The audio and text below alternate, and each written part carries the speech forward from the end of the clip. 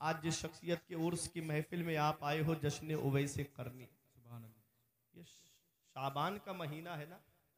अभी 14 शाबान को आप देखेंगे हलवे पर जिनके नाम की फातहा लगती है वो हजरत उवैस करनी। शब बारात है, बारात माने छुट्टी की रात। 3 रातें ऐसी अता फरमाई हैं अल्लाह रब्बुल इज़्ज़त ने अपने महबूब की उम्मत को। एक है शब मेराज जो गुजर गई 27 रजब, जिसमें आका मेराज को तशरीफ ले गए। एक है ये 14 शाबान की शब बारात, जिसमें अल्लाह रब्बुल इज़्ज़त बनी कल्ब की बकरियों के बालों के बराबर लोगों की मग़फ़िरत फरमाता है। एक है शब कद्र जो रमज़ान शरीफ के आखिरी अशरे में ताक रातों में उसको तलाश करो। हमारे इमाम आज़म अबू हनीफा का एक कौल है कि 27वीं शब है शब कद्र, लेकिन हुजूर का फरमान है कि आखिरी अशरे की ताक रातों में उसको तलाश करो। ये 3 रातें हैं। ये शाबान का महीना है। नबी फरमाते हैं शाबान व शहरी और रमज़ान व शहरुल्लाह। शाबान मेरा महीना है। मेरे आका क्या फरमाते हैं, ये शाबान मेरा महीना है। जब मेरे आका हुजूर सल्लल्लाहु ताला अलैहि वसल्लम ने एक बार रब की बारगाह में अर्ज़ की, मौला तूने मूसा अलैहिस्सलाम को बहुत बड़ा मकाम अता फरमाया, तूने उनको सोबान अता फरमाया। कुरान में है सोबानुम मुबीन। सोबान एक असा था मूसा अलैहिस्सलाम के पास में, और वो असा जब आप जंगल में जाते बकरियां चराने के लिए तो उस असे को टेक लगाते तो वो तकिया बन जाता। भूख लगती ज़मीन पे गाड़ते उस पर फल आ जाते। वो आपका मोजज़ा था। और जब दुश्मन से मुकाबला होता तो वो अज़दहा बन जाता था। तो मेरे आका ने अर्ज किया, मेरे परवरदिगार तूने मूसा अलैहिस्सलाम को सोबान अता फरमाया। तो रब की बारगाह से जवाब मिलता है, मेरे हबीब मेरे पैगंबर, मैंने मूसा अलैहिस्सलाम को सोबान अता फरमाया है, आपको मैंने शाबान अता फरमाया है। ये वो मुबारक महीना है। इसी महीने की 14 तारीख को हजरत उवैस करनी की हम याद मनाते हैं। कौन है हजरत उवैस करनी? तारीख आप उठा करके देखें। बज़ाहिर नबी का दीदार नहीं किया हजरत उवैस करनी ने, बज़ाहिर अपने आका का दीदार न कर सके। मेरे आका हुजूर सल्लल्लाहु अलैहि वसल्लम ने इरशाद फरमाया, उवैस करनी का जिक्र करते हुए मेरे आका फरमाते हैं, कर्न में मेरा एक आशिक रहता है, कर्न में मेरा एक दीवाना रहता है। मेरे आका हुजूर सल्लल्लाहु अलैहि वसल्लम ने हजरत उमर और हजरत अली रजी अल्लाह ताला अन्हुमा से फरमाया कि जब तुम्हारी मुलाकात मेरे उवैस से हो तो उससे मेरा सलाम कहना, और मेरे उवैस को मेरा पैरहन शरीफ देना, और उससे कहना कि वो मेरी गुनाहगार उम्मत के लिए बख्शिश और मग़फ़िरत की दुआ करे। अल्लाह अकबर। वो हजरत उवैस करनी है। नबी का दीदार बज़ाहिर क्यों ना कर सके? मेरे आका से पूछा एक सहाबी ने खड़े होके, आका वो इतने करीब में रहते हैं फिर आपकी बारगाह में क्यों नहीं आ पाए? तो मेरे आका ने फरमाया, वो अपनी माँ की खिदमत में लगे रहते हैं, वो अपनी बूढ़ी माँ की खिदमत करते हैं।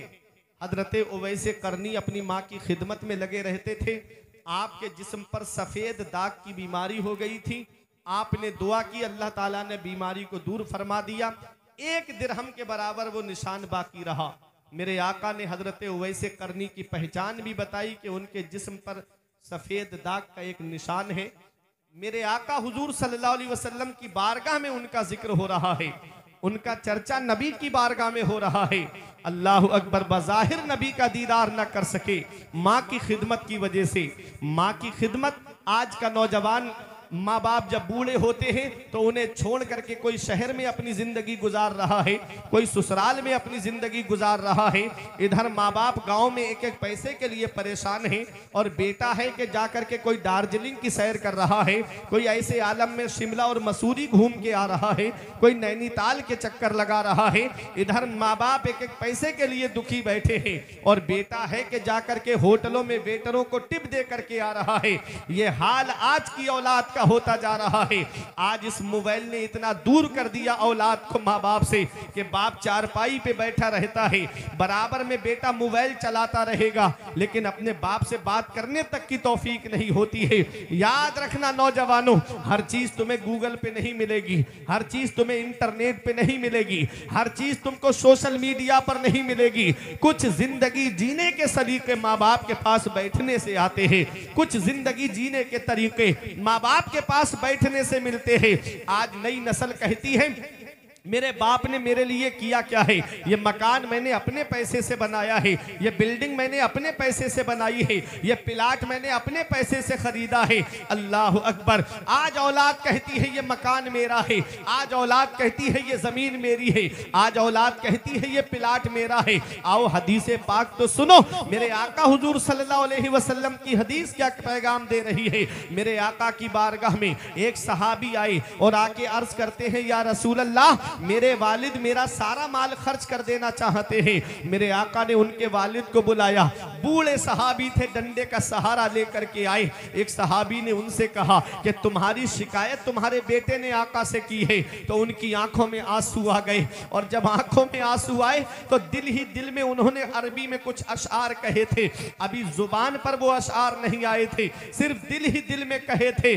जैसे ही आका की बारगाह में पहुंचे, मेरे आका तो दिलों के राज जानने वाले हैं, मेरे आका तो दिलों के खतरात से वाकिफ हैं। अरे मेरे आका से कैसे छुप सकते हैं। अल्लाह अकबर। जब मेरे आका की मुबारक नजरों ने रब का दीदार किया है, आला हजरत फरमाते हैं और कोई गैब क्या तुमसे नेहा हो भला, जब ना खुदा ही छुपा तुम पे करोड़ों। मेरे आका की बारगाह में जैसे ही सहाबी आए तो मेरे आका ने फरमाया अभी रास्ते में तुमने जो अशार कहे हैं वो मुझे सुनाओ।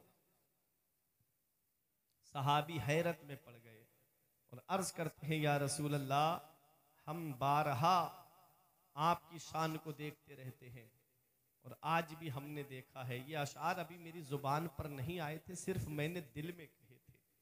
आप फरमा रहे हैं तो मैं आपको सुनाता हूँ, उसका मफहूम मैं आपको बता रहा हूँ, सुनो। वो सहाबी रोते हुए कह रहे थे मेरे बेटे, जब तू पैदा हुआ था तो मुझे तेरी पैदाइश पर बड़ी खुशी हुई थी, और जब तू मेरा माल खर्च करता था, मेरे पैसे खर्च करता था, तो मुझको अफसोस नहीं होता था कि मेरा बेटा मेरे पैसे खर्च कर रहा है, मेरा ही तो बेटा है। अल्लाहु अकबर। वो सहाबी कहते हैं मैं डरता था तेरी हिलाकत से, मुझे डर लगता था तेरी मौत से, कहीं मेरा बेटा मुझे छोड़ के ना चला जाए। आज मेरा बेटा कमाने लगा, थोड़े से पैसे उसके पास आ गए, तो उसने मेरी शिकायत आका की बारगाह में कर दी। मेरे आका हुजूर सल्लल्लाहु अलैहि वसल्लम ने जब उनके ये अशार सुने तो आका जलाल में आ गए। नौजवान सहाबी से आका फरमाते हैं अंता व मालो का ले अबी का, ए मेरे सहाबी तुझ पर भी तेरे बाप का हक है और तेरी जायदाद पर भी तेरे बाप का हक है। ये बाप है। कभी लगे नौजवानों के मेरे बाप ने मेरे लिए क्या किया है, तो एक बार उनके करीब बैठ करके उनके चेहरे की तरफ देख लिया करो।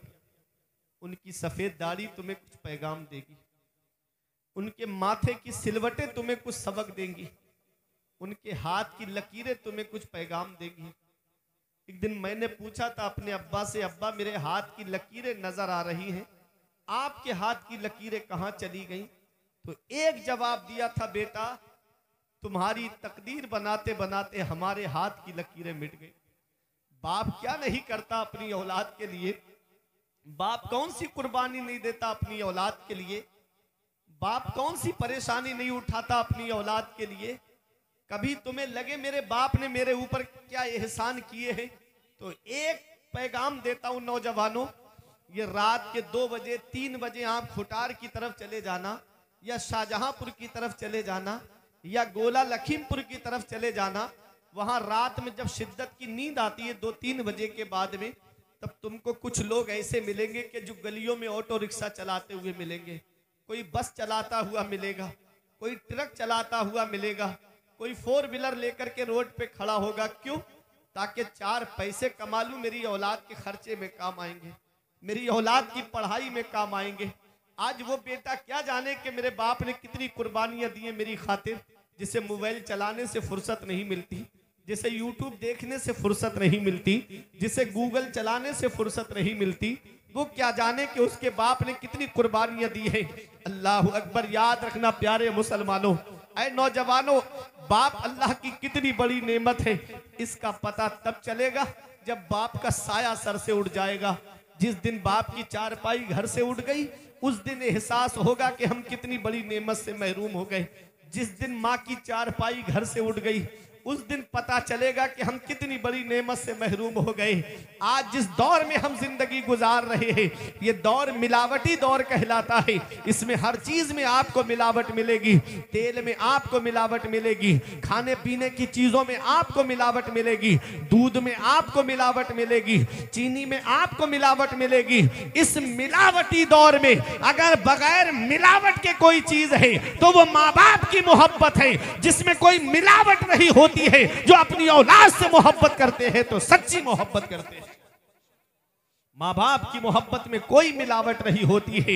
इसीलिए शायर ने कहा था कि इस वक्त के बारे में तो सोचा भी न था, बेटों से ज़ईफी में हुई खत्म रसाई, घर बार तो बांट लिए शौक से फुरकान, हिस्से में किसी के मगर माँ नहीं आई, वक्त ठुकरा देगा एक दिन मेरी सारी ये कुर्बानियां, दामने उम्मीद में फकत नाकामियां रह जाएंगी, शादियों के बाद बेटे तो अलग हो जाएंगे, बाप के हाथों में फकत बैसाखियां रह जाएंगी, बुढ़ापा क्या जवानी क्या ये बचपन बांट लेते हैं, न होकर दिल में गुंजाइश तो आंगन बांट लेते हैं, नहीं मंजूर हिस्से में किसी बेटे को अपनी मां, मगर आपस में बूढ़ी मां के कंगन बांट लेते हैं।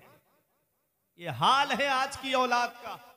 नौजवानों, तुम्हें क्या पता, ये रक्षा चलाने वाला एक बाप है, ये ट्रक चलाने वाला एक बाप है, ये दूसरों के खेतों में मजदूरी करने वाला एक बाप है। बेटा तो आराम से घर में सो रहा है, वो 3-3 मंजिल पे सर पे ईंटें लेकर के चल रहा है। ये एक बाप ही तो है, कोई दिल्ली कमाने के लिए जा रहा है। ये एक बाप ही तो है, कोई बेंगलोर कमाने के लिए जा रहा है। ये एक बाप ही तो है, कोई मुंबई कमाने के लिए जा रहा है। ये एक बाप ही तो है, कोई 3-3 साल के लिए सऊदी जा रहा है। ये एक बाप ही तो है जो सोचता है कि 4 पैसे जमा हो जाएंगे, मेरी औलाद के खर्चे में काम आएंगे, मेरी औलाद की पढ़ाई में काम आएंगे। अरे कोचिंग की फीसें भरने वाला एक बाप है, स्कूल की फीस भरने वाला एक बाप है, यूनिवर्सिटी की फीसें भरने वाला एक बाप है, स्कूल की फीसें भरने वाला एक बाप है। अरे डॉक्टर बनाने वाला एक बाप है, इंजीनियर बनाने वाला एक बाप है, प्रोफेसर बनाने वाला एक बाप है, मास्टर बनाने वाला एक बाप है, आलिम बनाने वाला एक बाप है,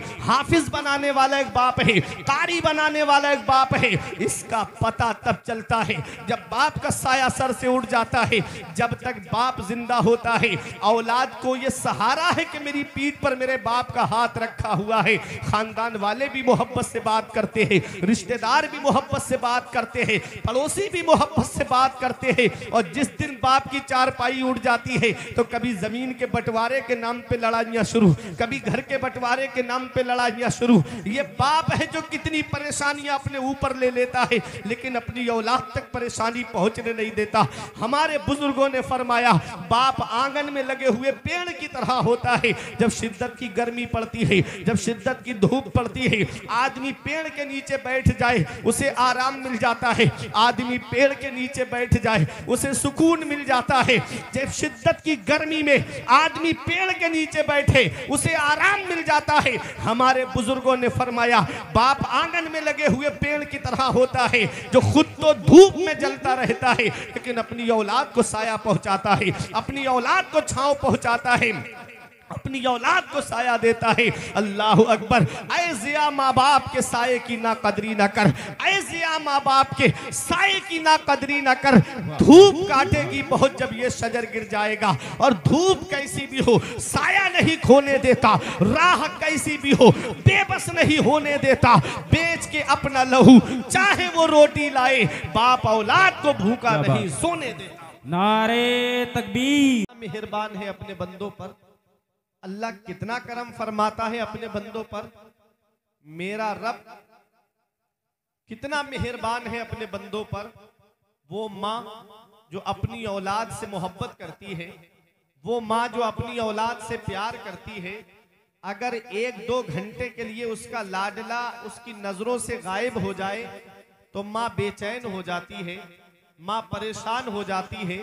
ये माँ की मोहब्बत का आलम है। जरा सोचो, मेरा रब तो 70 माओं से ज्यादा मोहब्बत फरमाता है अपने बंदों से। अल्लाह कितना मेहरबान है अपने बंदों पर।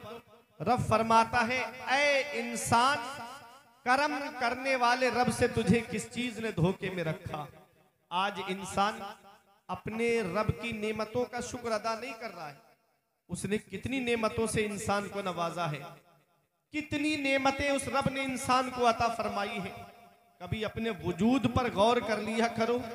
ये हाथ अल्लाह की नेमत है, ये पैर अल्लाह की नेमत है, ये आंखें अल्लाह की नेमत है, ये जुबान अल्लाह की नेमत है, ये दांत अल्लाह की नेमत है, ये हार्ट जो दिल हमारा सलामत है ये अल्लाह की नेमत है, ये किडनियां हमारी सलामत है ये अल्लाह की नेमत है, ये लीवर जो बराबर काम कर रहा है ये अल्लाह की नेमत है। कभी लगे कि अल्लाह के कितने एहसान है मेरे ऊपर, तो एक चक्कर हॉस्पिटल का लगा लिया करो। वहां कुछ लोग तुम्हें ऐसे मिलेंगे कि किसी का पैर टूट गया है, उसकी सर्जरी चल रही है, किसी के हाथ की सर्जरी हो रही है, किसी की आंखों का इलाज हो रहा है, किसी के कानों का इलाज चल रहा है, किसी के दांतों का इलाज चल रहा है, किसी के हार्ट, किसी के दिल का इलाज चल रहा है, किसी की किडनियों की धुलाई हो रही है, किसी के लीवर का इलाज चल रहा है। अल्लाह ने तुमको पैर सलामत दिए, अल्लाह ने तुमको हाथ सलामत दिए, अल्लाह ने तुमको आंखें सलामत दी, अल्लाह ने तुमको जुबान सलामत दी, अल्लाह ने तुमको दांत सलामत दिए। ऐ लोगों, अल्लाह ने बेशुमार नेमतों से हमको नवाजा है और हमने कितना उसका शुक्र अदा किया। आज मस्जिदें हमारी सूनी हो गई, मदरसे हमारे वीरान हो गए और हमने सिनेमा हॉल आबाद कर दिया है। आज हर घर को सिनेमा हॉल बना दिया। अगर किसी के 4 बेटे हैं और चारों बेटों के पास में मोबाइल है और चारों अलग अलग चारपाई पे फिल्में देखते हुए नजर आते हैं, फिर रोना रोया जा रहा है। मुसलमान परेशान बहुत है, मुसलमान सताया बहुत जा रहा है।